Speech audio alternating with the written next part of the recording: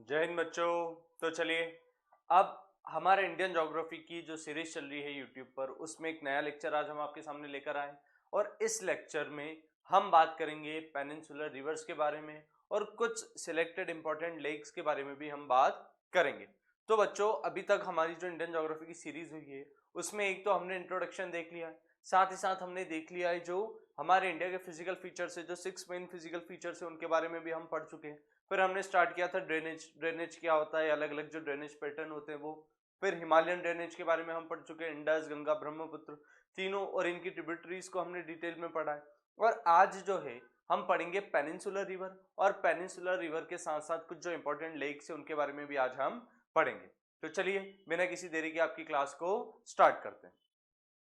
अब पहले तो ये टर्म आप देखो, पेनिनसुलर रिवर है ना, मतलब पहले तो टर्म आप देखो पेनिनसुला, मतलब इंडिया का कौन सा वाला पार्ट है जिसको पेनिनसुला बोला जाएगा, ये पेनिनसुलर ड्रेनेज सिस्टम। और पहले तो हम समझ लेते हैं कि इंडिया के कौन से पार्ट को पेनिनसुला बोला जाता है, पेनिनसुला आखिर होता क्या है। तो जो वर्ड है पेनिनसुला, अगर उसको आप देखोगे तो पेनिनसुला एक ऐसे लैंडफॉर्म को रिफर करता है, एक ऐसा लैंडफॉर्म जो कि तीन तरफ से पानी से घिरा हुआ। अगर इंडिया का आप ये साउथ वाला पार्ट देखो, गुजरात से लेकर इधर आप वेस्ट बंगाल तक देखोगे, तो ये वाला पार्ट जो है ये तीन तरफ से पानी से घिरा हुआ है। इधर आपका आ जाता है अरेबियन सी, नीचे आ जाता है इंडियन ओशन, और फिर इधर आ जाता है आपका बे ऑफ बंगाल। तो आपका अरेबियन सी, इंडियन ओशन और बे ऑफ बंगाल, तो ये वाला लैंडमास तीन तरफ से पानी से घिरा हुआ है, इसी कारण से इस लैंडमास को पेनिनसुला बोला जाता है। और इनफैक्ट आप देखोगे कि पेनिनसुला जो है वो इंडिया का ओल्डेस्ट लैंडफॉर्म भी है ना। पेनिनसुला में जो प्लेट्यू आता है वो भी इंडिया का ओल्डेस्ट लैंडफॉर्म कंसिडर किया जाता है। तो एक तो पेनिनसुला ध्यान रखना कि तीन तरफ से अगर वाटर से कोई लैंड कवर्ड है तो उसको पेनिनसुला बोला जाता है। अब इंडिया का ये जो पेनिनसुला है इसको डेक्कन पेनिनसुला बोला जाता है ना, जो साउथ वाला पार्ट है इंडिया का उसको डेक्कन बोलते हैं और इसी कारण से इसको डेक्कन पेनिनसुला बोला जाता है। तो इसी पेनिनसुला में जो हमें रिवर्स देखने को मिल रही है, उन्हीं रिवर्स के बारे में आज हम बात करेंगे। तो यही जो है आपका पेनिनसुलर ड्रेनेज है और इसी के बारे में हमें बात करनी है। तो चलिए, तो पेनिनसुलर ड्रेनेज जो है वो प्रीडेट करता है हिमालयन सिस्टम को। प्रीडेट का मतलब कि आपकी जो हिमालयन रिवर्स है वो नहीं है as compare to peninsular river. Peninsular river बहुत ही लंबे टाइम से फ्लो होती हुई आ रही है, इस कारण से आप देखोगे कि ये सारी ही रिवर अब अपने मैच्योर स्टेज में है। इस कारण से ना ज्यादा मियंडर ये फॉर्म करती है, ना बहुत ज्यादा इनके अंदर सैंड, सिल्ट, क्ले आपको देखने को मिलेगा, और ना ही उतने लंबे कोर्स इनके देखने को मिलेंगे। और इसको हम कंपेयर कर रहे हैं as compare to the Himalayan rivers. तो पहला तो क्या हो गया कि ये प्रीडेट करती है हिमालयन सिस्टम को। और ये कैसे हम बता सकते हैं, तो इसकी वैली अगर देखी जाए तो वाइड हमें देखने को मिलती है, साथ ही साथ वेल डेवलप्ड वैलीज है इसकी। और यहाँ पर जो रिवर्स है मैच्योर रिवर्स उनको बोला जा रहा है ना। मैच्योर रिवर्स का मतलब अब इन रिवर के अंदर जो वाटर का फ्लो है वो उतना तेज नहीं है जितना कि हिमालयन रिवर्स में हमें देखने को मिलता है। साथ ही साथ हिमालयन रिवर जिस टाइप के लैंडफॉर्म बनाती है, जिसकी मेंडर्स वगैरह बनाती है, उस टाइप के लैंडफॉर्म भी आपकी पेनिनसुलर रिवर नहीं बनाती। फिर सेकंड क्या हो गया, जो वेस्टर्न घाट्स है वो वाटरशेड के जैसे एक्ट करते हैं, जो कि मेजर पेनिनसुलर रिवर्स को सेपरेट करते हैं। अब वाटरशेड क्या होता है, तो जो हमारा लास्ट लेक्चर था उसमें हमने बात करी थी कि एक अपलैंड उठा हुआ हिस्सा लैंड का जो दो अलग अलग रिवर सिस्टम को डिवाइड करे, उसको वाटरशेड या वाटर डिवाइड बोला जाता है। तो अगर साउथ इंडिया की हम बात करें, पेनिनसुलर इंडिया की बात करें, तो आपके जो वेस्टर्न घाट है, कुछ रिवर्स होती है जो कि वेस्टर्न घाट से आपको इधर ईस्ट की ओर जाते हुए देखने को मिलेगी, और फिर कुछ छोटी छोटी रिवर्स होती है जो कि वेस्टर्न घाट से इधर आपके वेस्ट की ओर जो है वो फ्लो हो जाती है। तो यहाँ पर एक बात हमें ध्यान रखना है कि आपका जो वेस्टर्न घाट है वो पेनिनसुला वाले पार्ट में, पेनिनसुलर इंडिया में मेन वाटरशेड या मेन वाटर डिवाइड के जैसे एक्ट करता है। पहला तो ये फैक्ट हमें ध्यान रखना है। फिर इसके बाद अगला क्या हो जाएगा इसके अंदर, तो आप देखोगे कि पेनिनसुला रिवर जो है, ज्यादातर पेनिनसुलर रिवर आपके बे ऑफ बंगाल में जाकर फ्लो हो जाती है, और कुछ ही ऐसी रिवर है जो कि अरेबियन सी में जाकर फ्लो होती है। अच्छा, यहाँ पर जो बे ऑफ बंगाल में जाकर फ्लो होती है, तो अगर आप देखोगे तो यहाँ से वेस्टर्न घाट से आपकी निकल रही है और किधर जा रही है, बे ऑफ बंगाल की तरफ। तो ये ज्यादा लंबी डिस्टेंस कवर करती है as compare to the river जो कि वेस्टर्न घाट से निकलकर वेस्ट की ओर या फिर अरेबियन सी की ओर जो ड्रेन कर जा रही है। तो ये ज्यादा लंबी डिस्टेंस कवर करती है आपकी, फिर जो अरेबियन सी की ओर जा रही है वो कम डिस्टेंस कवर करती है। फिर अगला क्या हो गया इसके अंदर, तो अगला आप देखोगे कि ज्यादातर जो पेनिनसुलर रिवर्स है वो वेस्ट से ईस्ट की तरफ फ्लो होती है, और यहाँ पर दो एक्सेप्शन हमें देखने को मिलते हैं, नर्मदा और तापी। अब ज्यादातर पेनिनसुलर रिवर जो है वो कहाँ फ्लो रही है, वेस्ट से ईस्ट की तरफ। जब हमने फिजिकल फीचर्स पढ़ा था, फिजिकल फीचर्स में हमने बात करी थी पेनिनसुला के बारे में, पेनिनसुलर प्लेट्यू के बारे में। अब पेनिनसुलर प्लेट्यू में नर्मदा के साउथ में जो था वो हमारा था डेक्कन प्लेट्यू, और डेक्कन प्लेट्यू के हमने ओरिएंटेशन की बात करी थी। ओरिएंटेशन का मतलब कि डेक्कन प्लेट्यू जो है वो वेस्ट की तरफ से उठा हुआ है और ईस्ट की तरफ जाते जाते उसकी स्लोप हमें देखने को मिलती है, यानी वेस्ट की तरफ से थोड़ा ज्यादा उठा हुआ है और ईस्ट की तरफ उसकी स्लोप आपको देखने को मिलती है। इस कारण से जितनी भी रिवर्स है जो कि वेस्टर्न घाट से निकलती है वो किधर की ओर फ्लो हो जाती है, आपके बे ऑफ बंगाल की तरफ या फिर ईस्ट की तरफ वो फ्लो हो जाती है। लेकिन फिर यहाँ पर आगे नर्मदा और तापी। नर्मदा और तापी ऐसा क्या है कि ये आपकी वेस्ट की तरफ ना फ्लो होते हुए ईस्ट की तरफ ये फ्लो हो रही है। तो यहाँ पर आ जाता है कि आपकी नर्मदा और तापी जो है वो दोनों रिफ्ट वैली से फ्लो होती है। अब एक और नया टर्म आ गया हमारे पास, रिफ्ट वैली। हम समझ लेते हैं रिफ्ट वैली भी क्या होता है। हालांकि इसके बारे में हम पहले फिजिकल ज्योग्राफी में बात कर चुके हैं, लेकिन एक बार और यहाँ पर समझ लेते हैं ताकि इस बात में कोई डाउट आपके पास ना हो। अब रिफ्ट वैली को समझना है तो हमें समझना पड़ेगा कि ब्लॉक माउंटेन्स किस तरीके से फॉर्म होते हैं। आप ये समझ लो कि एक ब्लॉक है पेनिनसुला, ये ब्लॉक है आपके कॉन्टिनेंट का, है ना, कॉन्टिनेंट का एक टुकड़ा ही है। अब इस टुकड़े में क्या होता है, कुछ फॉल्ट्स जनरेट हो जाते हैं। अब एक बार जब इनमें फॉल्ट जनरेट होंगे तो इसके कुछ पार्ट ऊपर उठ जाते हैं, फॉल्ट जो क्रिएट हुआ है उससे कुछ ब्लॉक ऊपर उठ जाते हैं और कुछ ब्लॉक नीचे की ओर चले जाते हैं। जिसकी यहाँ पर आप देखोगे तो ये नर्मदा के केस में क्या हुआ है कि ये इसका जो नॉर्थ और साउथ वाले ब्लॉक थे ये दोनों ऊपर की ओर उठ गए। मतलब यहाँ पर आप समझो इसको, ये दो ब्लॉक जो थे वो इस तरीके से उठ जाते हैं और इसी कारण से बीच में क्या बन गई है, एक वैली बन गई। अब यहाँ पर क्या होगा, इरोजन होगा और धीरे धीरे ये कैसे माउंटेन में आपके कन्वर्ट हो जाएंगे। तो ये दो ब्लॉक जो थे आपके माउंटेन में कन्वर्ट हो गए और बीच में जो वैली बनी उसी को रिफ्ट वैली बोला जाता है ना। हम पहले पढ़ चुके कि ये जो माउंटेन है ये माउंटेन आपके क्या हो जाते हैं, इनको या तो ब्लॉक माउंटेन भी बोल दिया जाता है या फिर इनको हॉर्स्ट माउंटेन भी बोला जाता है। ब्लॉक माउंटेन भी बोल सकते हो, हॉर्स्ट माउंटेन भी बोल सकते हो। और जो वैली बन रही है ये वैली आपकी हो जाती है रिफ्ट वैली, और रिफ्ट वैली को ही ग्रेबन वैली भी बोलते हैं। ये भी हमें ध्यान रखना है ना, क्योंकि एग्जाम में क्वेश्चन बहुत सी बार आ जाता है कि अगर रिफ्ट वैली ना देते हुए उन्होंने ऑप्शन में ग्रेबन वैली दे दिया, तब भी हमें पता होना चाहिए कि ग्रेबन वैली रिफ्ट वैली एक ही बात है, दोनों सेम ही चीज है। तो नर्मदा हुई, तापी हुई, ये दोनों ही इस तरीके की रिफ्ट वैली में फ्लो होती है। नर्मदा के नॉर्थ में अगर आप देखोगे तो यहाँ पर एक माउंटेन रेंज देखने को मिलती है विंध्या। फिर नर्मदा के साउथ में यहाँ पर आप देखोगे तो यहाँ पर एक माउंटेन रेंज देखने को मिलती है सतपुड़ा। तो विंध्या और सतपुड़ा के बीच में जो रिफ्ट वैली है उसमें से आपकी नर्मदा रिवर फ्लो होती है। सिमिलरली ताप्ती रिवर जो है वो भी आपकी एक रिफ्ट वैली से फ्लो होती है। सिंस ये रिवर रिफ्ट वैली से फ्लो हो रही है इस कारण से इनका ओरिएंटेशन आपको अरेबियन सी की तरफ देखने को मिलेगा, ये ईस्ट की तरफ फ्लो होती है। और पेनिनसुलर इंडिया की ये ही दो ऐसी मेजर रिवर है जो कि ईस्ट की तरफ फ्लो होती है। तो यहाँ पर हमें ये बात ध्यान रखनी कि नर्मदा और तापी दोनों ही रिफ्ट वैली से फ्लो हो रही है, इस कारण से वो ईस्ट की तरफ फ्लो हो रही है। अभी आगे हम नर्मदा और तापी पढ़ेंगे तब इसको एक बार और हम समझ लेंगे। तो एक ये बात हमें ध्यान रखनी है कि आपकी ज्यादातर जो पेनिनसुलर रिवर्स है वो ईस्ट की तरफ फ्लो करती है। ईस्ट फ्लोइंग रिवर से केवल दो, नर्मदा और तापी ऐसी रिवर है जो कि वेस्ट की तरफ फ्लो होती है। फिर उसके बाद आप देखोगे तो जो ज्यादातर पेनिनसुलर रिवर्स है जैसे कि आपकी महानदी हुई, अच्छा मेजर रिवर्स बता रही है तो मेजर रिवर्स में आपको देखने को मिलेगा महानदी, गोदावरी, कृष्णा और कावेरी। ये चार सबसे इंपॉर्टेंट रिवर्स है। नर्मदा और तापी के साथ इन चारों को तो हमें पढ़ना ही है। फिर इन रिवर्स के आपको फिक्स्ड कोर्स देखने को मिलेंगे। फिक्स्ड कोर्स का मतलब अब ऐसा नहीं होता कि ये अपने कोर्स फ्रिक्वेंटली चेंज कर लेती है, मतलब जिस डायरेक्शन में जिस एरिया में फ्लो हो रही है उसी एरिया में फ्लो होती है। हमने जब हिमालयन रिवर्स की बात करी थी तो उसमें एक रिवर पड़ी थी कोसी रिवर। कोसी रिवर को बोला जाता है सोरो ऑफ बिहार, और सोरो ऑफ बिहार उसको हम क्यों बोल रहे थे, क्योंकि अपना कोर्स वो क्या कर लेती है, चेंज कर लेती है। सेडिमेंट ही बहुत ज्यादा लेकर जाती है, उसको डिपॉजिट करती है तो डेप्थ कम हो जाती है, और वाटर तो बहुत ज्यादा है, इस कारण से वो क्या कर लेती है, अपनी थोड़ी बहुत डायरेक्शन वो चेंज कर लेती है, जिसके कारण बहुत ज्यादा फ्लड लेकर वो आती है। वहीं पर अगर आप इन रिवर्स को देखोगे, महानदी, गोदावरी, कृष्णा को देखोगे, कावेरी को देखोगे, तो इनके फिक्स्ड कोर्स है और उतना ज्यादा सेडिमेंट भी ये कैरी नहीं करती है। फिर ये जो रिवर्स है इनके फिक्स्ड कोर्स है, मिएंडर्स यहाँ पर देखने को नहीं मिलते हैं ना। आपकी जो हिमालयन रिवर्स है उनमें मिएंडर्स देखने को मिलते हैं और इन रिवर्स में मिएंडर्स भी देखने को नहीं मिलते। फिर साथ ही साथ ये रिवर्स है नॉन पेरिनियल। नॉन पेरिनियल के साथ साथ एक और वर्ड आप यूज कर सकते हो, सीजनल। इन रिवर्स को आप क्या बोल सकते हो, या तो नॉन पेरिनियल बोल सकते हो या फिर इनको सीजनल भी बोला जा सकता है। पेरिनियल हमने पढ़ा था ऐसी रिवर्स जिनमें साल भर पानी, ऑल ईयर राउंड पानी उनमें रहता है, उनको हम पेरिनियल रिवर्स बोलते हैं। और ऐसी रिवर्स जो कि एक पर्टिकुलर सीजन में ही फ्लो करती है या फिर साल भर जो फ्लो ना करे उसको हम नॉन पेरिनियल रिवर बोल देंगे। कृष्णा को देखो, गोदावरी को देखो, कावेरी को देखो, जब समर का सीजन आता है तब अपने बहुत बड़े एक एरिया में ये वाली रिवर जो है वो सूख जाती है और पूरी सी तक ये फ्लो नहीं करती।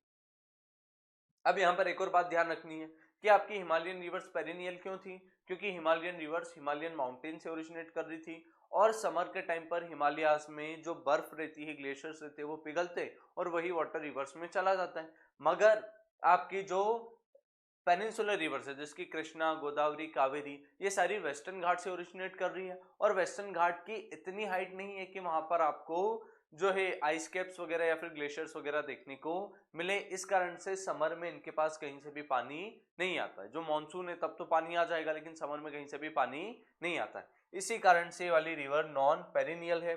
फिर यहाँ पर नर्मदा और तापी, फिर इसके दो क्या हो गए, एक्सेप्शन हो गए, है ना। नर्मदा और तापी दोनों ही पेरिनियल है और इनके पेरिनियल होने के पीछे रीजन वापस से वही है कि ये रिफ्ट वैली से फ्लो होती है। इस कारण से बहुत ज्यादा सेडिमेंट वगैरह इनको ले जाना नहीं पड़ता है। फिर है ना, ये किससे फ्लो हो रही है, रिफ्ट वैली से फ्लो हो रही है। तो ये हमारे पेनिनसुलर रिवर्स के बारे में कुछ हमने एक जनरल इंट्रोडक्शन देख लिया। अब जनरली तो क्वेश्चन या तो पेनिनसुलर और हिमालयन के बीच में कंपैरिजन में आ सकता है। एक बार हम कंपैरिजन वापस से देख लेते हैं। आपकी जो हिमालयन रिवर्स है वो हिमालय से ओरिजिनेट कर रही थी। मेजर पेनिनसुलर रिवर्स जो है वो ओरिजिनेट करती है वेस्टर्न घाट से। पहला डिफरेंस हो गया। सेकंड डिफरेंस क्या होगा, हिमालयन रिवर जो है वो पेरिनियल है और आपकी जो पेनिनसुलर रिवर्स है वो सीजनल हो जाएगी या नॉन पेरिनियल भी इसको आप बोल सकते हो। फिर आपकी हिमालयन रिवर जो है उनके लॉन्गर कोर्स हमें देखने को मिलती है, ज्यादा लंबे डिस्टेंस कवर करती है। वहीं पर पेनिनसुलर रिवर जो है उनके शॉर्टर कोर्स, कम डिस्टेंस कवर करती है। फिर आपकी जो हिमालयन रिवर है वो बहुत ज्यादा अपने साथ सैंड, सिल्ट, क्ले इनको कैरी करके ले जाती है, मेएंडर्स बनाती है, गॉर्ड्स बनाती है। वहीं पर आपकी जो पेनिनसुलर रिवर्स है, कुछ पेनिनसुलर रिवर्स है जो कि गॉर्ड्स वगैरह बनाती है, मगर अब वो अपने मैच्योर स्टेज में पहुंच चुकी है। जब वो अपनी यंग स्टेज में थी तब उन्होंने गॉड्स वगैरह बनाए थे, लेकिन अब अपने मैच्योर स्टेज में वो पहुंच चुकी है। तो इस कारण से आप देखोगे कि वो गॉड्स वगैरह अब देखने को नहीं मिलते और ये जो रिवर्स है ये आपको कैसी देखने को मिलेगी, अपनी मैच्योर स्टेज में देखने को मिलेगी। तो यही कुछ कंपैरिजन है, यही कंपैरिजन जो है हमें ध्यान रखने। चलो फिर इसके बाद हम देख लेते हैं कि इवोल्यूशन ऑफ पेनिनसुलर ड्रेनेज, क्या आखिर जो पेनिनसुलर रिवर्स है या फिर जो पेनिनसुलर ड्रेनेज है वो इवॉल्व कैसे हुआ है उसके बारे में अब हम पढ़ लेते हैं। तो यहाँ पर आप देखो तीन मेन ऐसे जियोलॉजिकल इवेंट्स होंगे जिसके कारण आज जो मेजर रिवर्स हमें देखने को मिल रही है, जिस डायरेक्शन में फ्लो हो रही है, वो उसके पीछे रीजन यहाँ पर बन जाएगा। पहला हो जाएगा subsidence of western flank. Subsidence of western flank क्या है हम समझ लेते हैं। तो इंडिया जो था आज के टाइम पे तो ये इंडिया हमें देखने को मिलता है, लेकिन पहले ऐसा बोला जाता था कि इंडिया का ये जो वेस्टर्न वाला पार्ट है ये और ज्यादा बड़ा था। और यहाँ पर जो आपको वेस्टर्न घाट देखने को मिल रहे हैं ना, ये वेस्टर्न घाट बिल्कुल बॉर्डर पे नहीं थे इंडिया के, ये क्या थे, इंडिया के पेनिनसुला वाले पार्ट में बीच में थे और इतना ही वेस्टर्न वाला एरिया भी हमें देखने को मिलता था इनमें। और इधर जो रिवर्स थी वो आपकी इधर चली आती थी और इधर वाली रिवर्स भी अच्छी लंबे डिस्टेंस कवर करके आपके जो आज का जो अरेबियन सी है उसमें जाकर मिक्स हो जाती थी। लेकिन क्या हुआ कि जब इंडिया आपका गोंडवाना लैंड से टू टाउन नॉर्थवर्ड मूवमेंट कर रहा था, उसी टाइम पर क्या होगा, आपका वेस्टर्न फ्लैंक जो है वो क्या कर जाएगा, पानी के नीचे सबसाइड कर जाएगा, पानी के नीचे दब जाएगा। अब याद करो हमने जब कोस्टल जो आपकी कोस्टल बाउंड्रीज थी, कोस्टल प्लेन्स थे तब पढ़ा था, तो तब हमने क्या बोला था कि जो वेस्टर्न कोस्टल प्लेन है वो क्या है, सबमर्जेंट है।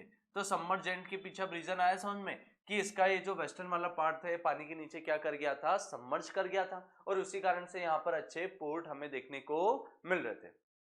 तो पहला क्या हो गया कि जो अर्ली टर्शरी पीरियड था, अर्ली टर्शरी पीरियड इसी टाइम पर आपके माउंटेन्स, हिमालयन माउंटेन जो है वो भी फॉर्म होंगे टर्शरी पीरियड में। फिर पेनिनसुला का जो वेस्टर्न साइड था वो सबसाइड कर गया, सबमर्ज कर गया पानी के अंदर और इससे क्या हुआ कि यहाँ पर जो सिमेट्रिकल रिवर प्लान था वो क्या हो गया कि आपका चेंज हो गया, और जो ओरिजिनल वाटर शेड था वो भी यहाँ पर क्या हो गया, थोड़ा सा आपका चेंज हो गया। मतलब वही बात होगी कि आपका इतना ही पूरा हिस्सा इसमें क्या हो गया, नीचे समुद्र में नीचे क्या कर गया, सबमर्ज कर गया। तो इसी कारण से अब यहाँ पर आपका वेस्टर्न घाट जो था वो कोस्टल एरिया के बहुत ज्यादा पास, मतलब कोस्टल एरिया उसके पास में आ गया। वेस्टर्न घाट तो अपनी जगह ही था, कोस्टल एरिया इसके पास में आ गया। सेकंड हम बात करते हैं हिमालयन अपलिफ्ट। हिमालयन अपलिफ्ट यानी अब इंडियन प्लेट जब यूरेशियन प्लेट से टकराई तो उसके कारण क्या हुआ, हिमालयस अपलिफ्ट किए। अब जब हिमालयस अपलिफ्ट किए तो इससे भी क्या हुआ, आपका पेनिनसुलर ब्लॉक जो था उसका क्या हुआ, सबसिडेंस। अब देखो दो कॉन्टिनेंटल ब्लॉक थे, इंडिया की प्लेट और यूरेशियन प्लेट, ये आपस में टकराई जिसके कारण बहुत सारी एनर्जी जनरेट हुई और उसी कारण आप देखोगे यहाँ पर फॉल्टिंग होती है। और जो नॉर्दर्न फ्लैंक जो था आपका पेनिनसुलर ब्लॉक का वो इसी फॉल्टिंग के कारण क्या कर जाता है, सबमर्ज कर जाता है। और आज की जो नर्मदा तापी जिस रिफ्ट वैली में फ्लो हो रही है वो इसी टाइम पर क्या करी थी, आपके सबमर्ज वो रिफ्ट वैली नीचे की ओर चली गई थी। तो नर्मदा हुई, तापी हुई, ये इन्हीं फॉल्ट्स के थ्रू क्या कर रही है, फ्लो कर रही है। और आज के टाइम पर इन्होंने इन फॉल्ट को क्या कर दिया है, जो डेट्रिटस है, डेट्रिटस का मतलब कि जो भी सॉइल वगैरह आसपास का था जो भी अपने साथ ही लेकर आई उससे अब इन्होंने उसको फिल कर दिया है। इसी के कारण आप देखोगे कि ये जो रिवर्स है इनमें आपको एल्यूवियल सॉइल देखने को नहीं मिलते और इसी कारण से रिवर जो है वो डेल्टास भी नहीं बनाती। एल्यूवियल सॉइल किन रिवर्स में आपको देखने को मिलता है, एक तो आपकी जो हिमालयन रिवर्स है उनमें एल्यूवियल सॉइल देखने को मिलता है और साथ ही साथ पेनिनसुलर रिवर्स का जो डेल्टा वाला पार्ट है वहां पर भी आपको एल्यूवियल सॉइल देखने को मिलेगा। अभी जो एल्यूवियल सॉइल है ये आप समझो कि बनता कैसे। तो रिवर्स जब क्या करती है, माउंटेन्स वगैरह से क्रॉस होती है तो वहां पर बहुत ज्यादा वो कटिंग करती है, वेदरिंग करती है, जिसके कारण बहुत सारा सॉइल हुआ, मिट्टी हुई, इन सबको अपने साथ वो बहाकर लेकर आती है। अब ये लंबे लंबे डिस्टेंस कवर करते हैं तो रिवर के अंदर रोलिंग मोशन में धीरे धीरे धीरे धीरे छोटे छोटे पार्टिकल्स में कन्वर्ट हो जाते हैं और इसी कारण से आप देखोगे ये फाइन सॉइल के पार्टिकल में कन्वर्ट हो जाते हैं और वही फाइन सॉइल के पार्टिकल आपके क्या हो जाते हैं, एल्यूवियल हो जाते हैं।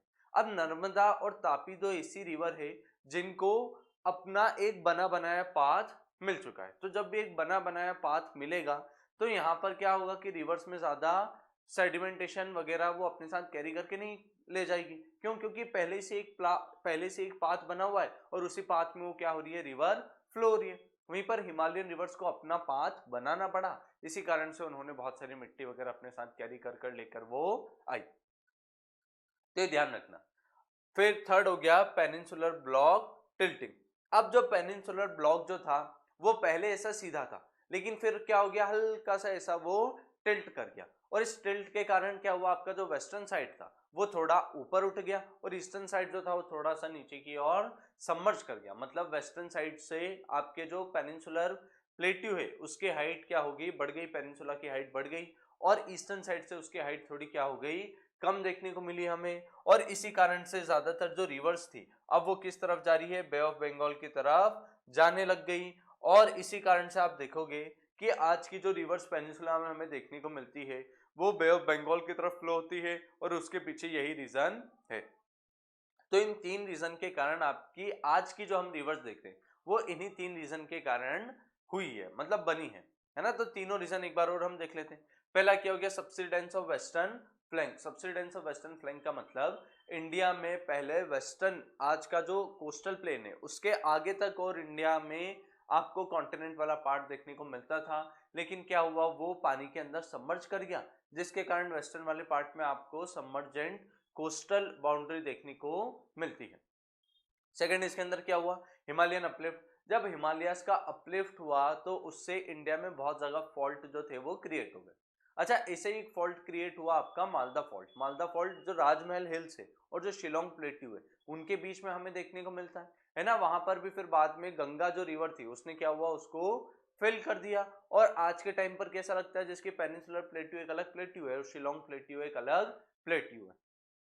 तो इसके कारण बहुत सारे फॉल्ट क्रिएट हुए और उन्हीं फॉल्ट में आपकी नर्मदा और तापी जो है आज के टाइम पर फ्लो होती है। फिर थर्ड इसके अंदर हो गया peninsular block tilting. Peninsular block tilting का मतलब कि आपका पेनिनसुला वाला जो ब्लॉक था वो वेस्ट साइड से थोड़ा सा उठ गया, ईस्ट साइड से थोड़ा सा वो नीचे हो गया, जिसके कारण अब आपकी जो रिवर्स है वो वेस्ट से ईस्ट साइड की तरफ फ्लो होती हुई हमें देखने को मिलती। चलिए, अब ये तो हमने देख लिया कि पेनिनसुलर ड्रेनेज जो है वो किस तरीके से आपका जो था इवॉल्व हुआ। अब हम बात कर लेते हैं कुछ मेजर पेनिनसुलर रिवर्स के बारे में। और सबसे पहली जो हमारी रिवर है वो हो जाएगी महानदी, है ना। हम नॉर्थ से साउथ की तरफ जा रहे हैं, तो सबसे पहले हम बात कर रहे हैं महानदी के बारे में। अब महानदी जो है वो आप देखोगे कि कौन से वाले रीजन में ओरिजिनेट होती है, तो आपका ये छत्तीसगढ़ वाला रीजन आ गया। और छत्तीसगढ़ में एक जगह मिलती है सिहावा, छत्तीसगढ़ में एक जगह मिलती है सिहावा, और सिहावा वाला जो रीजन है वहां से ही आपकी महानदी जो है वो ओरिजिनेट होती है। तो कहां से ओरिजिनेट होती है? छत्तीसगढ़ में सिहावा है, वहां से ओरिजिनेट होती है। फिर छत्तीसगढ़ के बाद ये फ्लो हो जाती है आपके उड़ीसा में, है ना। पहले छत्तीसगढ़ में फ्लो होगी, छत्तीसगढ़ के बाद ये कहां पर? ओडिशा में फ्लो होगी, और फिर ओडिशा में फाइनली ये क्या कर लेती है? अपना डेल्टा बना लेती है ना, बे ऑफ बंगाल में जाकर मर्ज हो जाएगी। इसकी कुछ डिस्ट्रीब्यूटरीज जो है वो चिल्का लेक में जाकर ड्रेन कर जाएगी, और यहाँ पर अपने डेल्टा बना लेगी। तो आपकी ये क्या कर जाती है? बे ऑफ बंगाल में एम्प्टी हो जाती है। लगभग 851 किलोमीटर के अराउंड इसकी लेंथ हमें देखने को मिलती है, और इसका जो कैचमेंट एरिया है लगभग 1.42 लाख स्क्वायर किलोमीटर के अराउंड हमें देखने को मिलेगा। फिर यहाँ ये जो रिवर जो है इसको नेविगेशन के लिए भी यूज किया जाता है ना। इसका जो लोअर कोर्स है, मतलब ओडिशा वाला जो पार्ट है, वहां पर नेविगेशन के लिए भी इस रिवर को यूज किया जाता है। फिर जो ड्रेनेज बेसिन जो है आप देखोगे 53% हमें मध्य प्रदेश और छत्तीसगढ़ में देखने को मिलेगा, वहीं पर 47% इसका कहाँ देखने को मिलेगा? उड़ीसा में। 53% मध्य प्रदेश छत्तीसगढ़ मतलब क्या? इसमें काट दो मध्य प्रदेश, सिर्फ छत्तीसगढ़। पहले मध्य प्रदेश और छत्तीसगढ़ एक ही था, तो इस कारण से यहाँ पर लिखा हुआ है कि 53% हमें मध्य प्रदेश एंड छत्तीसगढ़ में देखने को मिलता है, जबकि 53% कहाँ है? मध्य प्रदेश में, और 47% उड़ीसा में हमें देखने को मिलता है। फिर अगला क्या हो गया? इसके ऊपर एक डैम है हीराकुंड डैम। अच्छा, हीराकुंड डैम को अगर आप देखोगे तो ये वर्ल्ड का लॉन्गेस्ट डैम है, महानदी रिवर पर ये हमें उड़ीसा में देखने को मिल रहा है ना। हीराकुंड डैम इंडिया का तो लॉन्गेस्ट डैम है ही सही, साथ ही साथ वर्ल्ड का भी सबसे लंबा अदर डैम हमें देखने को मिलता है। तो ध्यान रखना है, हीराकुंड डैम क्या है? वर्ल्ड का लॉन्गेस्ट डैम। कौन सी रिवर पर है? महानदी रिवर पर है। कौन से रीजन में जाकर ये फ्लो हो जाएगी? तो उड़ीसा वाले रीजन में जाकर ये अपना क्या बना लेगी? डेल्टा बना लेगी।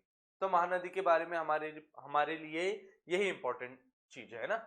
अब अच्छा, एक काम करते हैं, एनसीईआरटी में अगर आप देखोगे तो एनसीईआरटी में इसके ट्रिब्यूटरीज मेंशन नहीं, तो बहुत ही कम चांसेस है कि इसके ट्रिब्यूटरीज के बारे में क्वेश्चन आएगा।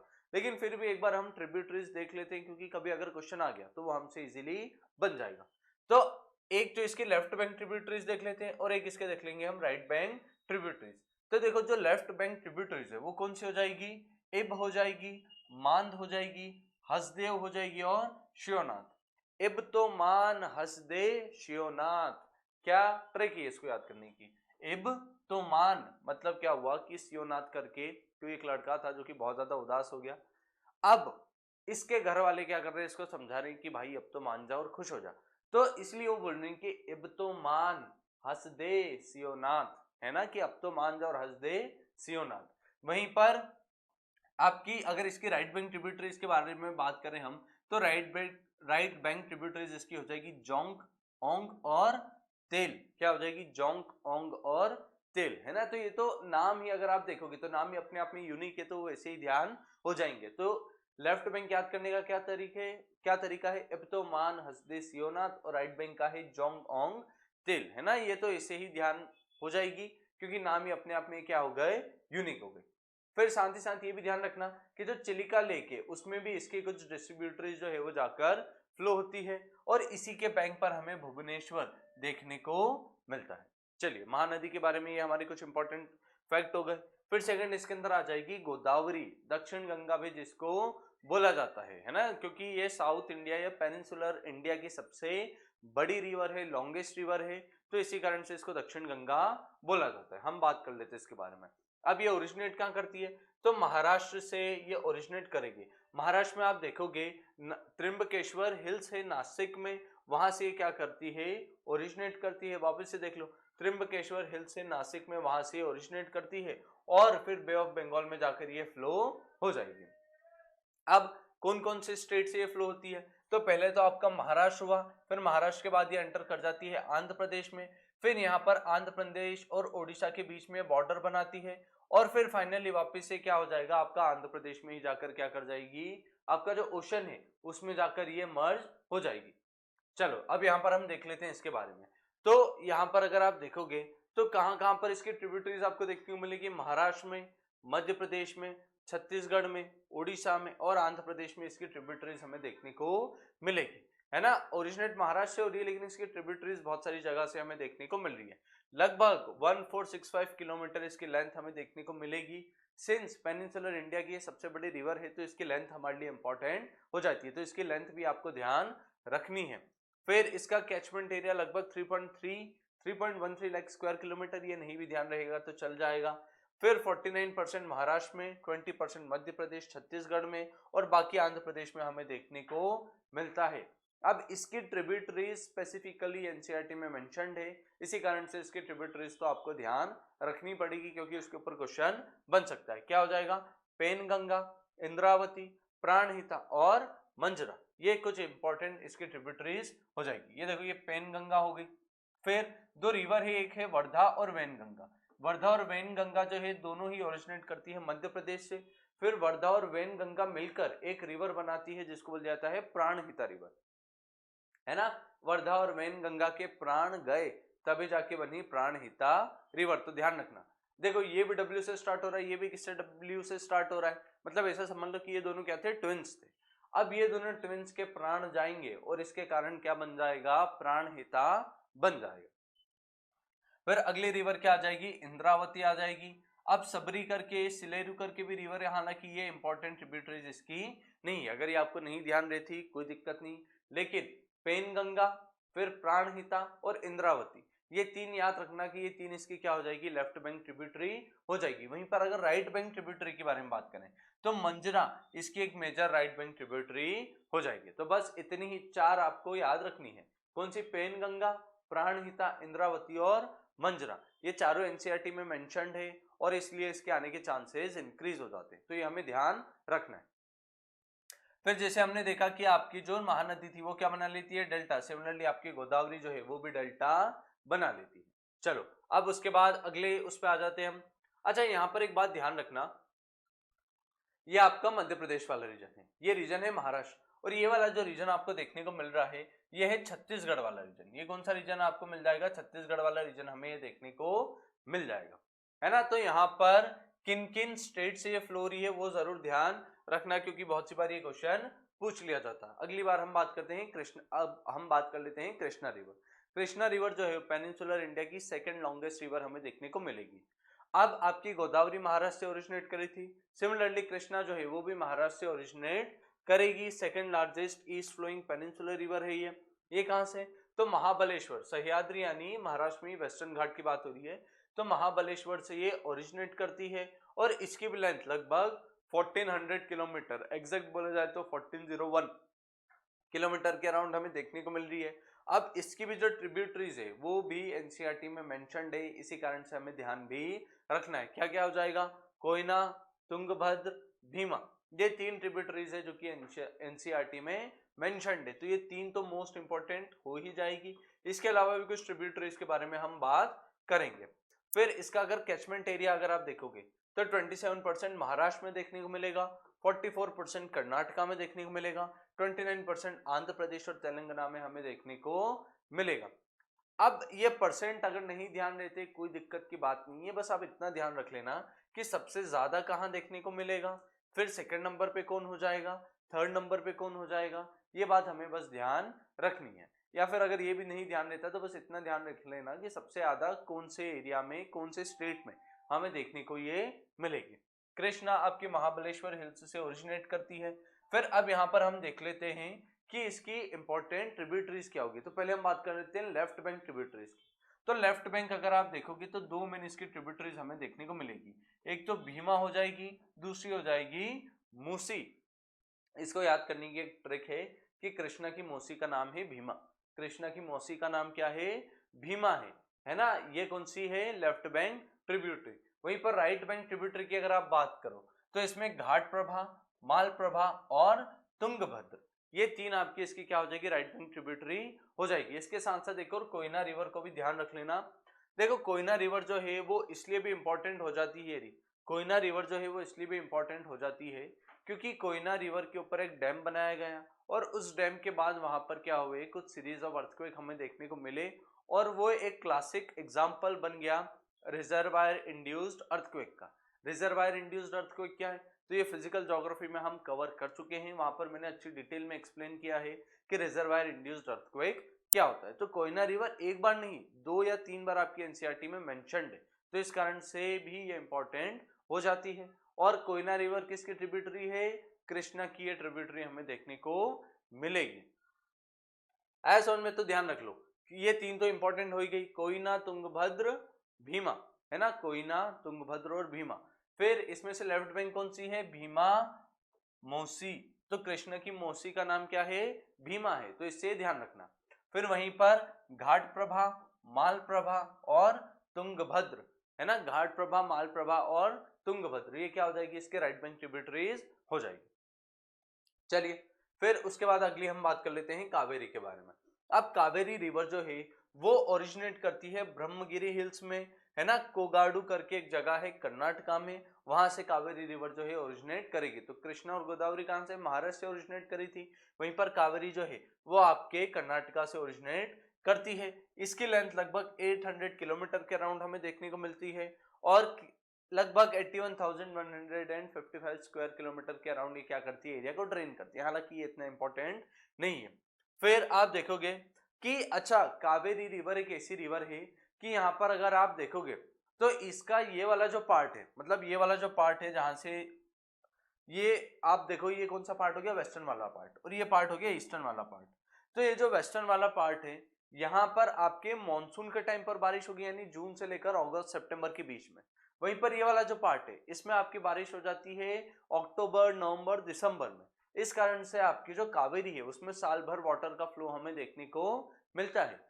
अब ये ऐसा क्यों हो रहा है ये हम आगे मॉनसून समझेंगे, अगले लेक्चर में ही हम बात करेंगे इसके बारे में, तब मैं समझाऊंगा कि ऐसा क्यों हमें देखने को मिलता है। तो बस अभी इतना ध्यान रख लो कि आपकी कावेरी रिवर जो है वो एक ऐसी पेनिनसुलर रिवर है जिसमें साल भर वाटर हमें देखने को मिलता है। और साल भर वाटर क्यों मिल रहा है, क्योंकि यहाँ पर थोड़ा यूनिक रेनफॉल पैटर्न हमें देखने को मिल रहा है। फिर इसका बेसिन जो है वो 3% केरला में, 41% कर्नाटका में और 56% तमिलनाडु में देखने को मिल रहा है। 3% केरला, 41% कर्नाटका और 56% तमिलनाडु में ड्रेनेज बेसिन देखने को मिल रहा है। अच्छा इसकी की ट्रिब्यूटरीज देख लो, कावेरी एक ऐसी रिवर है जिसके ट्रिब्यूटरीज के बारे में क्वेश्चन पहले आ चुका है और आगे भी एग्जाम में आ सकता है, कबिनी, भवानी और अमरावती। अभी जो तीनों ही ट्रिब्यूटरीज है ये आप देखोगे कि एनसीईआरटी में मेंशन्ड है, इसी कारण से ये भी इंपॉर्टेंट हो जाती है। हम देख लेते हैं कौन कौन सी, कबिनी, भवानी और अमरावती, है ना। अमरावती को लेकर तो बहुत सी बार क्वेश्चन आ चुका है कि वो 4 ऑप्शन देता है और पूछता है कि इनमें से कौन सी ट्रिब्यूटरी है कावेरी रिवर की। तो ध्यान रखना कबानी, भवानी और अमरावती। तो ये क्या हो गए कि आपकी कावेरी की कौन सी हो जाएगी, राइट बैंक ट्रिब्यूटरी हो जाएगी। ध्यान रखना कबानी, भवानी और अमरावती। इसको ऐसे भी ध्यान रख सकते हो कि भवानी जो है उससे कावेरी पूछ रही है कि कब आना अमरावती, यानी भवानी कब आना अमरावती, ये कौन पूछ रहा है, कावेरी पूछ रहा है, इसी कारण से ये तीनों भी ध्यान हो जाएगी, कबानी, भवानी, अमरावती। एक और है हेमवती, ये भी ध्यान रख लेना क्योंकि बहुत सी बार ऑप्शन में इसको भी दे दिया जाता है। तो हेमवती भी एक इंपॉर्टेंट इसकी ट्रिब्यूटरी हो जाएगी। हालांकि हेमवती कौन सी है, लेफ्ट बैंक ट्रिब्यूटरी, वहीं पर कबानी, भवानी, अमरावती ये क्या हो जाएगी, राइट बैंक ट्रिब्यूटरी इसकी हो जाएगी। कावेरी रिवर भी आपकी क्या करती है, यहाँ पर डेल्टा बनाती है। फिर यहाँ पर एक और रिवर है पेन्नार रिवर, उसके बारे में भी थोड़ा ध्यान रख लेना कि पेन्नार रिवर जो है वो ओरिजिनेट होती है साउथ से फिर ये जाती है नॉर्थ की तरफ, और नॉर्थ से फिर ये किधर की ओर चली जाती है, आपकी बे ऑफ बंगाल में जाकर ये क्या कर जाएगी, ड्रेन कर जाएगी। तो इसलिए इंपॉर्टेंट है ना, ध्यान रखना पेन्नार रिवर। यहाँ पर अगर आप देखोगे तो यहाँ पर आपको ये देखने को मिल जाएगी। ये देखो ये पेन्नार रिवर साउथ से स्टार्ट हुई, फिर क्या हुई, नॉर्थ में गई, और नॉर्थ के बाद ये फिर किधर की तरफ चली गई, वेस्ट की तरफ ये जाती है हमें देखने को मिल रही है। तो ये ध्यान रखना पेन्नार रिवर।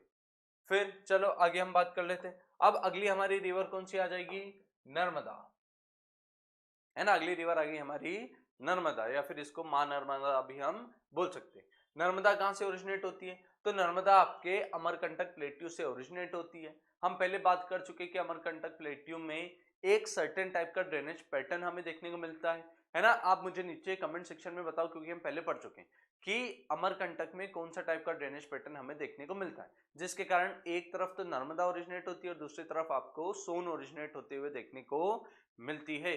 फिर सतपुड़ा और विंध्या के बीच में जो रिफ्ट वैली है वहां से ये फ्लो होती है। अच्छा, यहाँ पर मार्बल रॉक्स प्रेजेंट है और इन्हीं मार्बल रॉक्स के बीच में बहुत ही सुंदर ये गॉर्ज भी बनाती है। इसी के ऊपर एक वाटरफॉल मिलेगा जबलपुर में, जिसको बोला जाता है धुआंधार वाटरफॉल। ये भी बहुत ज्यादा एक सुंदर वाटरफॉल में से एक है। फिर अब इस रिवर की लेंथ आप देखोगे तो लगभग 13-12 किलोमीटर के अराउंड इसकी लेंथ हमें देखने को मिल रही है और फाइनली अरेबियन सी में जाकर ये ड्रेन कर जाती है। तो अरेबियन सी में ये डेल्टा ना बनाते हुए 27 किलोमीटर लंबी एक एस्चुरी बना लेती है। एस्चुरी क्या होता है? डेल्टा तो हम समझ चुके हैं कि डेल्टा क्या होता है, कि जब भी रिवर जो है वो क्या करती है, ओशन से मिलती है। तो यहाँ पर आप देखोगे कि बहुत ज्यादा सेडिमेंट को डिपॉजिट कर देती है। इस सेडिमेंट डिपॉजिट करने के कारण रिवर जो है वो बहुत ज्यादा यहाँ पर डिस्ट्रीब्यूटरीज में टूट जाती है और यहाँ पर एक ट्राइंगल शेप का आपको क्या देखने को मिलता है, स्ट्रक्चर देखने को मिलता है। और ये ट्राइंगल शेप का स्ट्रक्चर जो है वो ग्रीक लेटर डेल्टा जैसा देखने को मिल रहा है, इसी कारण से इसको ट्राइंगुलर शेप के स्ट्रक्चर को डेल्टा बोला गया है। वहीं पर नर्मदा रिवर जो है वो क्या बनाती है, एस्चुरी बनाती है। एस्चुरी क्या होता है? तो इधर से नर्मदा रिवर आई, यहाँ पर इसने क्या किया, अपने वाटर को ड्रेन कर दिया और इधर ओशन का वाटर आ रहा है। तो एक एस्चुरी को आप ऐसे मान लो कि एक लेक टाइप की है, जहां पर नर्मदा भी आकर अपना वाटर ड्रेन कर रही है और ओशन का वाटर भी आ रहा है। तो यहाँ पर ना तो पूरी तरीके से फ्रेश वाटर यानी मीठा पानी और ना ही पूरी तरीके से आपको सॉल्ट वाटर खारा पानी देखने को मिल रहा है। और इधर का जो पानी है वो थोड़ा ब्रैकिश हमें देखने को मिलता है, यानी उसमें फ्रेश वाटर भी है साथ ही साथ सॉल्ट वाटर भी है। तो इसी को यहाँ पर बोला गया है एस्चुरी। ध्यान रखना है ना, अमरकंटक से क्या करी है, ओरिजिनेट करी है। फिर इसका कैचमेंट एरिया जो है वो ध्यान रखने की जरूरत नहीं है। अच्छा, एक और बात ध्यान रख लेना कि इसके ऊपर सरदार सरोवर प्रोजेक्ट जो है वो नर्मदा रिवर के ही ऊपर हमें देखने को मिलता है। इसको लेकर बहुत सी बार क्वेश्चन पूछा जाता है, क्योंकि सरदार सरोवर जो है वो कहीं ना कहीं आपका किस में रहता है, सरदार सरोवर जो है वो कहीं ना कहीं आपका थोड़ा न्यूज में रहता है। देखो ये नर्मदा रिवर हो गई, यहाँ पर इस फोटो में तो ये थोड़ा नॉर्थ में चली गई। हालांकि आप नर्मदा रिवर देखोगे तो ये आपकी ऊपर वाली होगी विंध्या, फिर होगी सतपुड़ा, और विंध्या और सतपुड़ा के बीच में आपकी नर्मदा रिवर जो है वो फ्लो होती है और फाइनली जाकर अरेबियन सी में मिल जाती है। फिर अगर इसकी ट्रिब्यूटरीज के बारे में बात करें तो वैसे तो इसके ट्रिब्यूटरीज के बारे में क्वेश्चन नहीं पूछा जाएगा। अच्छा, वापस से एक और देखो, एक और ड्रेनेज पैटर्न यहाँ पर हमें देखने को मिल रहा है कि लगभग इसकी जो ट्रिब्यूटरीज है वो क्या हो रही है, राइट एंगल पर आकर नर्मदा में क्या हो रही है, मिक्स हो रही है। तो इस टाइप का ये जो ड्रेनेज पैटर्न था इसको हमने क्या बोला था, ये भी आप नीचे कमेंट सेक्शन में मुझे बताओ। अगर इसकी देखी जाए ट्रिब्यूटरीज तो सबसे इंपॉर्टेंट ट्रिब्यूटरी में इसकी हो जाएगी तवा। हालांकि इसके अलावा हिरण हुई, फिर उसके बाद शक्कर हुई, इस टाइप की कुछ ट्रिब्यूटरीज हमें देखने को मिलती है। हालांकि मेंशन नहीं है तो हमारे काम की भी नहीं है। फिर आगे हम बात कर लेते हैं तापी के बारे में। तापी जो है वो भी क्या है, नर्मदा के बाद सबसे बड़ी, फिर पेनिनसुलर की मैं बात कर रहा हूँ, वेस्टवर्ड फ्लोइंग रिवर ये हो जाएगी। मध्य प्रदेश में एक डिस्ट्रिक्ट आता है बैतूल डिस्ट्रिक्ट। बैतूल मत ध्यान रखो, बस इतना ध्यान रख लेना कि सतपुड़ा जो है, सतपुड़ा में कुछ पहाड़ियां है, मुल्ताई करके एक जगह है सतपुड़ा में, वहां से आपकी जो तापी है वो ओरिजिनेट करती है। हालांकि ये इतना काम का नहीं है, बस इतना ध्यान रख लेना कि सतपुड़ा से ओरिजिनेट करती है और लगभग ये नर्मदा की क्या होती है, पैरेलल फ्लो होती है। आप देखो ये तापी और इधर आपकी फ्लो होती है नर्मदा, तो लगभग नर्मदा की ये क्या होगी, पैरेलल फ्लो होती हुई हमें देखने को मिलती है। देखो ये रहा मुल्ताई, मुल्ताई का ही ये सतपुड़ा में यहाँ से क्या करेगी, ओरिजिनेट करेगी। फिर इसका जो मेजोरिटी जो ड्रेनेज एरिया है वो लगभग आपको कहाँ देखने को मिलेगा, आपके महाराष्ट्र वाले रीजन में देखने को मिलेगा। इसके बारे में, नर्मदा के बारे में एक और बात ध्यान रखना कि नर्मदा ओरिजिनेट तो मध्य प्रदेश में करती है, लेकिन मध्य प्रदेश के बाद ये कहाँ एंटर कर जाती है, गुजरात में एंटर कर जाती है, तो ये ध्यान रखना। फिर इसमें ध्यान रख लो कि तापी कहाँ से ओरिजिनेट करती है, मध्य प्रदेश में, फिर ये कहाँ पर जाएगी, महाराष्ट्र में, और महाराष्ट्र के बाद ये फिर कहाँ पर चली जाती है, आपकी गुजरात में ये जाकर आपकी क्या हो जाएगा, जो अरेबियन सी है उसमें जाकर ये ड्रेन कर जाएगी, है ना। तो लगभग इसका 15% मध्य प्रदेश में और सिर्फ 6% गुजरात में देखने को मिलता है। और जैसे नर्मदा एक एस्चुरी बनाती है, वैसे ही तापी जो है, तापी भी आपको एक एस्चुरी बनाते हुए देखने को मिलेगी। तो ये ध्यान रखना कि तापी भी क्या बनाएगी, एस्चुरी ये बनाएगी। चलो अगला इसके अंदर हम देख लेते हैं।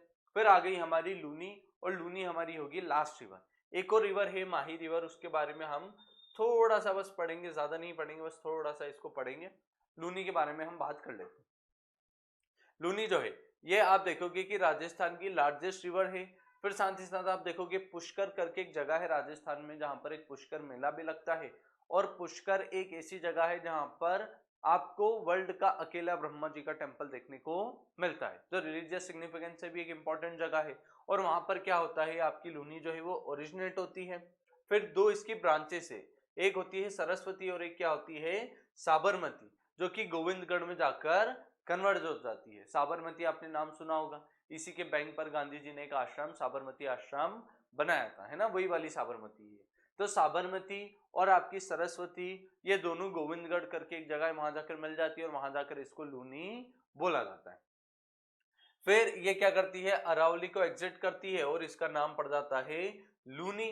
अब लूनी में अगर आप देखोगे एक वर्ड आता है लून, लूण इसको बोला जाता है राजस्थान में लूण। लूण का नमक होता है, लूण का मतलब होता है सॉल्ट या फिर नमक, है ना, तो इसी के नाम पर इसका नाम क्या पड़ गया, लूनी पड़ गया। फिर उसके बाद अगर आप देखोगे तो ये इतना काम का नहीं है कि कहां पर, फिर भी आप ध्यान रख लेना कि वेस्टवर्ड ये फ्लो होगी तलवाड़ा तक, उसके बाद फिर रण ऑफ कच्छ में जाकर ये क्या कर जाएगी, मर्ज कर जाएगी। इंपॉर्टेंट फैक्ट है कि रण ऑफ कच्छ में जाकर ये क्या हो जाती है, गायब हो जाती है पूरी तरीके से, वहां पर जाकर ये ड्रेन कर जाती है, सूख जाती है। तो ये इंडिया में एक ऐसी रिवर है जो कि इनलैंड ड्रेनेज का एक एग्जाम्पल है ना। इनलैंड ड्रेनेज का मतलब कि यहीं पर आपका जो रण ऑफ कच्छ है, रण ऑफ कच्छ में जाकर ये क्या कर जाती है, गायब होती हुई हमें देखने को मिलती है ना। कभी भी ये सी तक पहुंच ही नहीं पाएगी। और ये बहुत ही ज्यादा सीजनल या फिर एफेमरल इसको हम बोल सकते हैं, यानी जब मानसून रहता है तभी इसमें पानी रहता है, बाकी टाइम पर ये बहुत सारे एरिया से क्या हो जाएगी, सूख जाएगी। तो ये हो गई लूनी रिवर। फिर एक और रिवर है माही रिवर। माही रिवर जो है वो ओरिजिनेट करती है धार से, और धार से ओरिजिनेट करने के बाद ये क्या होती है, आपका अरेबियन सी में जाकर मिक्स हो जाती है। अब माही रिवर में क्यों पढ़ा रहा हूं, तो माही रिवर में इसलिए पढ़ा रहा हूं क्योंकि माही एक ऐसी रिवर है जो कि क्या करती है, आपकी जो ट्रॉपिक ऑफ कैंसर है उसको 2 बार कट करती है। माही एक ऐसी रिवर है जो कि ट्रॉपिक ऑफ कैंसर को 2 बार क्या करती है, कट करती है। इसी कारण से माही रिवर एक इंपॉर्टेंट रिवर हमारे लिए हो जाती है। माही रिवर भी किसका पार्ट है, आपकी पेनिनसुलर रिवर्स का ही पार्ट है। तो चलो यहाँ पर हमने जो मेजर पेनिनसुलर रिवर्स थी उनके बारे में हमने बात कर ली है। अब हम बात कर लेते हैं कुछ मेजर लेक्स, और कुछ मेजर लेक्स के बारे में ही, जो सबसे इंपॉर्टेंट लेक्स है उन्हीं को मैं पढ़ाऊंगा। ऐसा नहीं है कि मैं सारी लेक्स एक साथ आपको पढ़ा दूंगा, वो नहीं होगा, है ना, क्योंकि एग्जाम में आप देखोगे कि क्या पढ़ना है उससे ज्यादा जरूरी होता है क्या छोड़ना है, क्योंकि कंटेंट बहुत ज्यादा है, टाइम बहुत कम रहता है हमारे पास। तो जो जरूरी चीजें हैं उनको पहले पढ़ लेना चाहिए, उसके बाद अगर आप थोड़ा बाकी नॉलेज भी ले लोगे तो वो बुरा नहीं होता है। लेकिन बाकी नॉलेज के चक्कर में आप जो मेन नॉलेज है उसको छोड़ दोगे वो गलत हो जाएगा, उससे कभी भी आपकी एग्जाम क्लियर नहीं होगी। चलो लेक्स के बारे में हम बात कर लेते हैं। लेक होता क्या है, तो एक वाटर बॉडी जो चारों तरफ से लैंड से घिरी हुई है उसको क्या बोल दिया जाता है, लेक बोल दिया जाता है। आपने कुछ सी देखे होंगे, कैस्पियन सी हुआ, ब्लैक सी हुआ, ये भी चारों तरफ से लैंड से घिरे हुए, तो इसी कारण से इनको क्या बोल सकते हो आप, लेक इनको भी बोल सकते हो, है ना। बहुत सी जगह आपको वो सी देखने को मिलेगा और बहुत सी जगह उसको लेक भी बोल दिया जाता है। फिर largest fresh water lake India में कौन सी देखने को मिलेगी, वुलर लेक देखने को मिलेगी। वुलर लेक आपको कहाँ देखने को मिलेगी, जम्मू कश्मीर में वुलर लेक देखने को मिलेगी। लार्जेस्ट फ्रेश वाटर लेक कौन सी हो जाएगी, वुलर लेक, फ्रेश वाटर यानी मीठे पानी की झील। फिर लार्जेस्ट सॉल्ट वाटर लेक जो है वो आपकी हो जाएगी सांभर लेक। अब आपने तो पढ़ा होगा कि लार्जेस्ट सॉल्ट वाटर लेक कौन सी होती है, चिल्का लेक होती है, लेकिन ये है इन इंडिया। इन इंडिया का मतलब इंडिया के अंदर। और आपकी चिल्का लेक जो है वो क्या हो जाती है, एक लगून हो जाता है। तो लगून का अगर वो पूछे तो फिर चिल्का लेक हो जाएगा, और सॉल्ट वाटर लेक पूछे तो वो क्या हो जाएगी, आपकी सांभर लेक हो जाएगी। सांभर लेक कहाँ देखने को मिलती है, राजस्थान में देखने को मिलती है ना। ये कैसी है, सॉल्ट वाटर, खारा पानी है इसका। फिर आपकी आ जाएगी लार्जेस्ट ब्रैकिश वाटर लेक। फिर लार्जेस्ट ब्रैकिश वाटर लेक कौन सी आ जाएगी, चिल्का।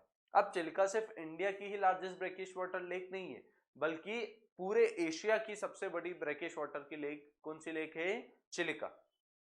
फिर लार्जेस्ट आर्टिफिशियल लेक, सबसे बड़ी आर्टिफिशियल लेक कौन सी है, गोविंद बल्लभ पंत सागर, जो कि उत्तर प्रदेश में देखने को मिलती है। उत्तर प्रदेश में एक रिवर फ्लो होती है रिहंद रिवर, वो सोन की ट्रिब्यूटरी है, और यही रिहंद रिवर जो है इसी के ऊपर आपका जो डैम है, उसी डैम का जो रिजर्वायर है उसका नाम है गोविंद बल्लभ पंत सागर।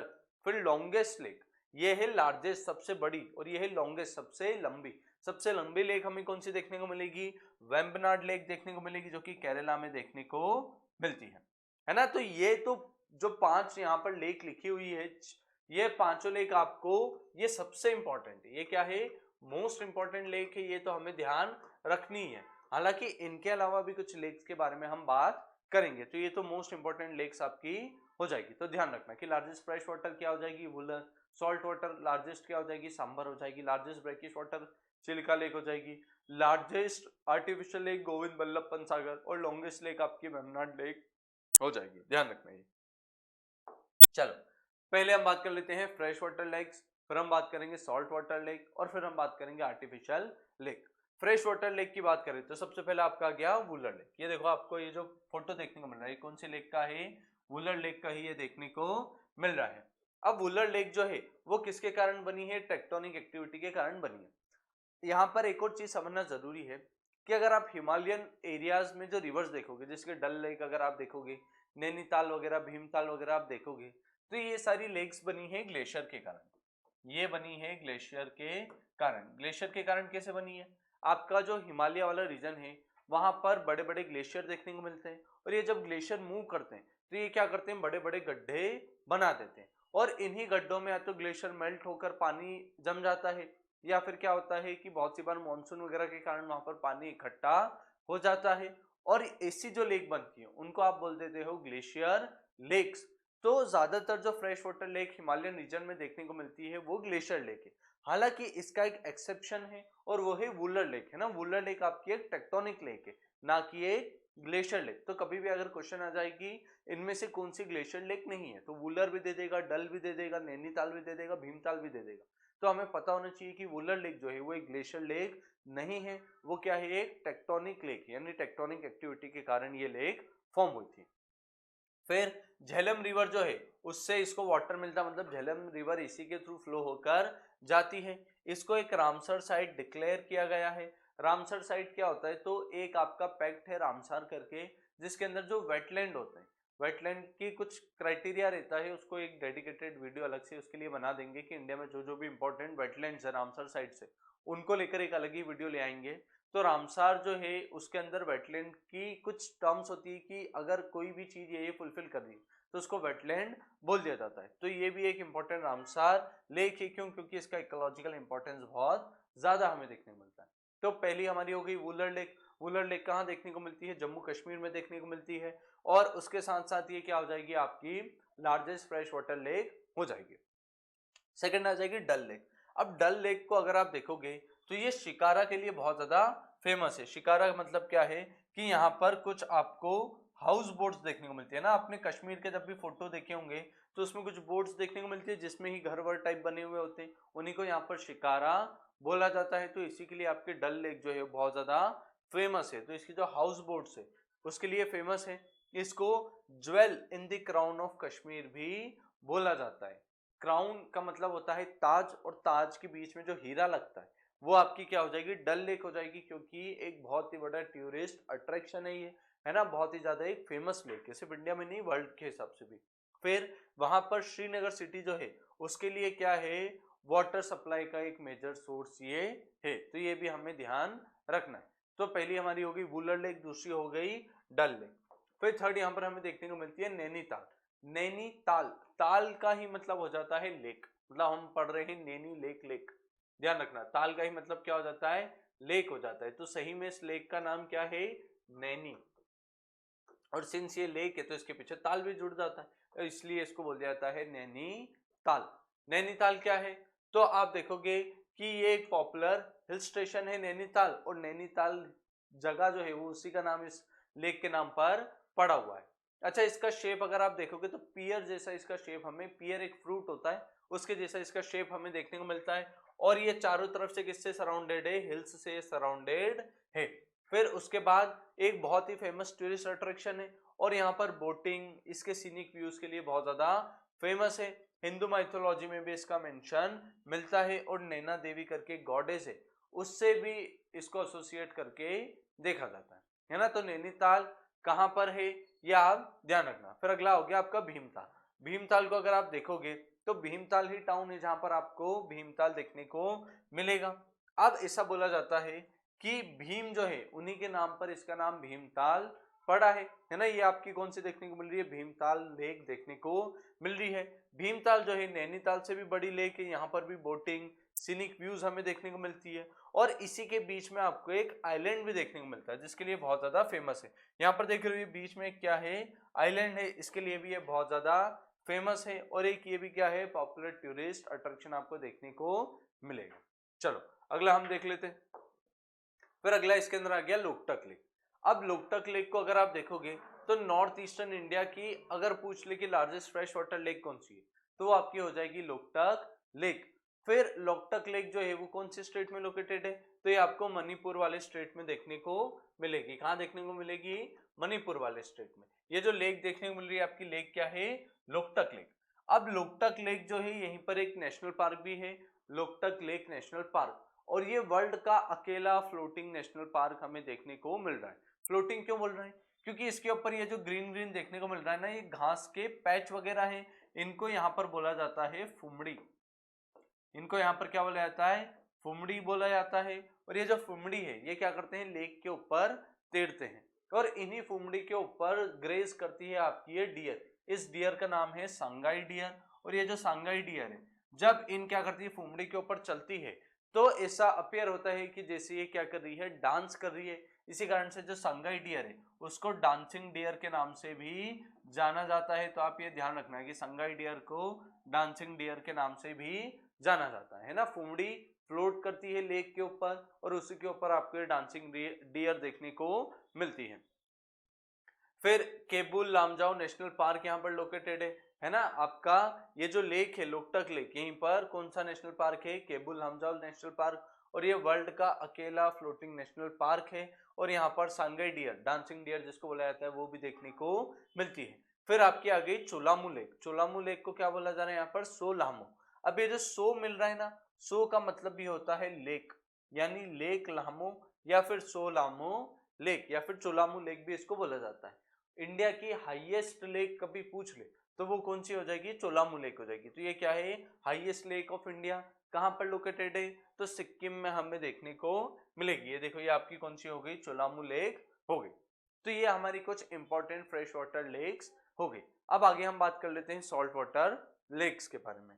अब सॉल्ट वाटर लेक में आप देखें तो सबसे पहले आ जाएगा सांभर लेक, और ये सबसे बड़ी इनलैंड सॉल्ट वाटर लेक है इंडिया की। ये पहला तो यही पहला तो ये इंपॉर्टेंट हो जाएगा। फिर राजस्थान का जो सॉल्ट प्रोडक्शन है उसमें भी एक बहुत ज्यादा इंपॉर्टेंट कंट्रीब्यूशन ये करती है ना। और यहाँ पर क्या है, सॉल्ट एक्सट्रैक्शन के कारण बहुत ज्यादा एनवायरमेंटल चैलेंज वगैरह देखने को मिलता है। ये देखो ये सॉल्ट एक्सट्रैक्शन यहाँ पर आपकी जो सांभर लेक है उससे किया जा रहा है, और ज्यादातर ये जो सॉल्ट एक्सट्रैक्शन है ये इलीगल तरीके से किया जाता है। इसी कारण से कुछ केमिकल्स वगैरह को इसमें रिलीज किया जाता है जो कि इस लेक के लिए बहुत ज्यादा हार्मफुल होते हैं। फिर अगला क्या आ गया इसके अंदर, तो अगला आ गया पेंगोंग सो, है ना। अभी हमने पढ़ा सो का मतलब क्या होता है, लेक होता है। अब पेंगोंग सो लेक आपकी कहाँ देखने को मिलेगी, तो पेंगोंग सो लेक जो है वो लद्दाख में देखने को मिलेगी।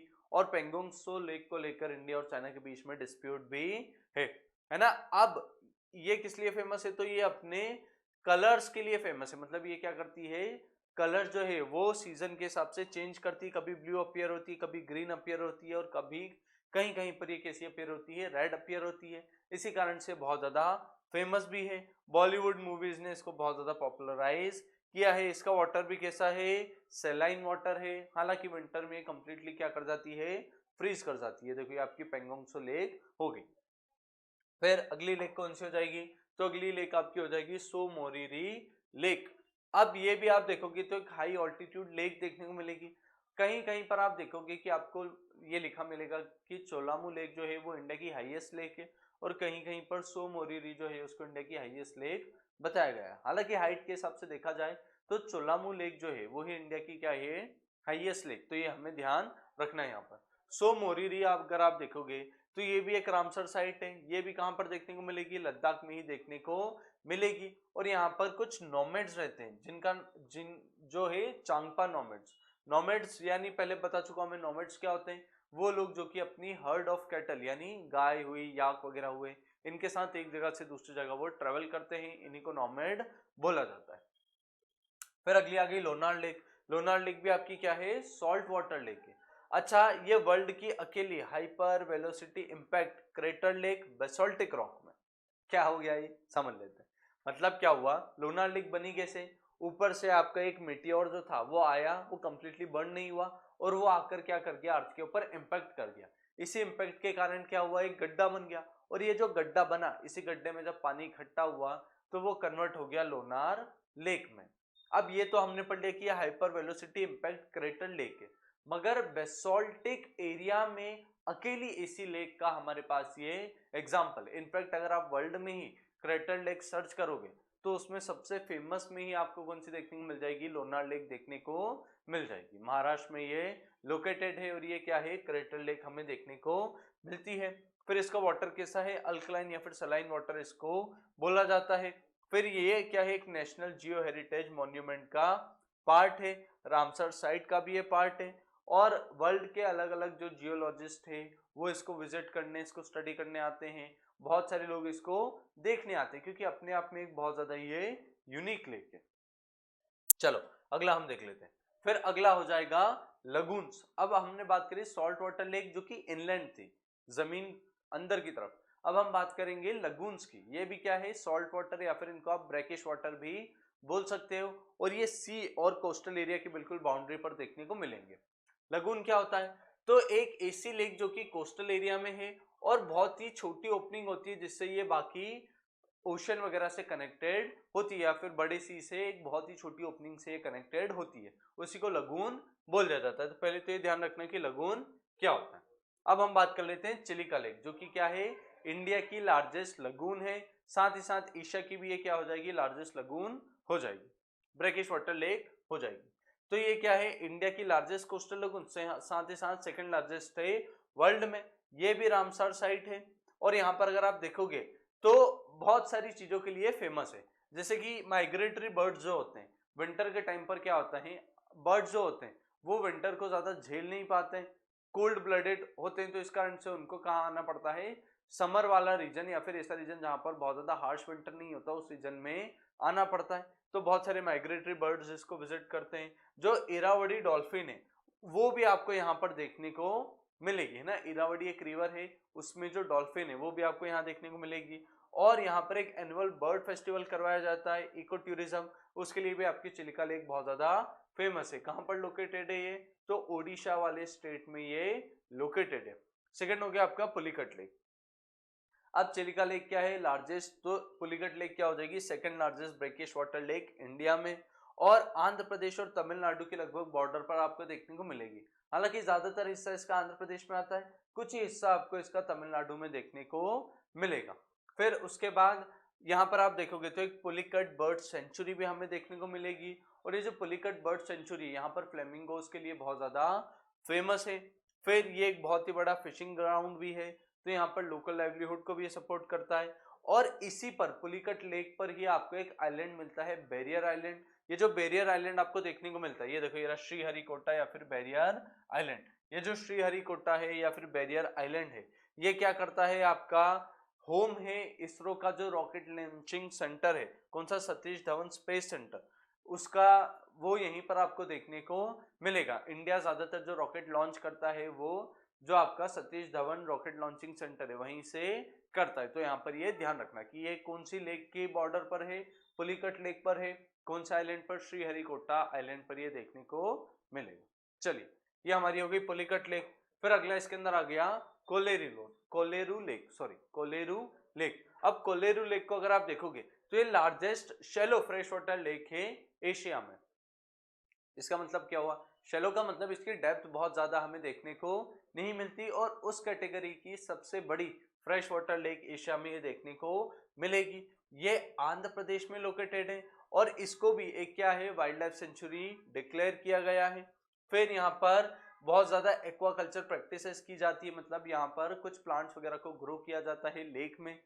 हालांकि जिस तरीके से जो फर्टिलाइजर मैन्योर वगैरह यूज किया जाता है वो बाकी फिश वगैरह के लिए बहुत ज्यादा हार्मफुल हो जाता है। फिर ये भी एक रामसर साइट है और एक तरीके से क्या करती है, फ्लड बैलेंसिंग रिजर्वायर के जैसे ये एक्ट करती है। फिर वेम्बनाड लेक आ गई।